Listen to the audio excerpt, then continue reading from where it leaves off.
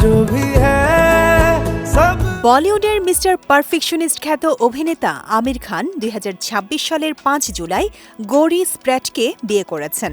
মুম্বাইয়ের পালি হিলে নিজের বাসভবনে ঘরোয়া আয়োজনে সম্পন্ন হয় বিয়ের অনুষ্ঠান।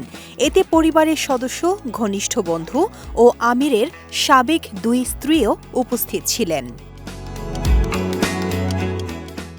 বিয়ের পর থেকেই আলোচনায় রয়েছে আমির খান ও গৌরি স্প্র্যাটের বিয়ের আংটি। কুইনের বিশেষ নকশায় তৈরি এই আংটির কেন্দ্রে বসানো হয়েছে মাদাগাস্কার থেকে সংগ্রহ করা বিরল প্রাকৃতিক ক্যাবোসন কাঠ রুবি। নির্মাতা প্রতিষ্ঠানের দাবি, এই দুর্লভ রুবিটি সংগ্রহ করতেই ৩ মাসের বেশি সময় লেগেছে।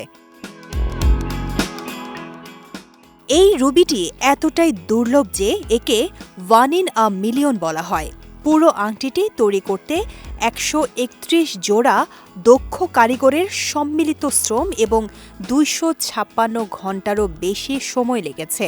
সূক্ষ্ম কারুকাজ ও নিখুঁত নকশায় তৈরি আংটিটিতে রাজকীয় ঐতিহ্য ও আভিজাত্যের ছাপ ফুটিয়ে তোলা হয়েছে।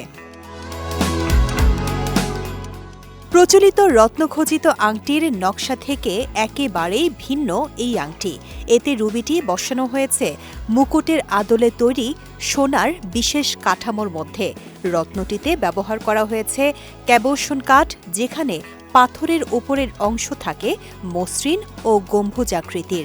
এই বিশেষ কাঠের কারণে রুবির গভীর লাল আভা ও প্রাকৃতিক উজ্জ্বলতা আরও আকর্ষণীয়ভাবে ফুটে ওঠে।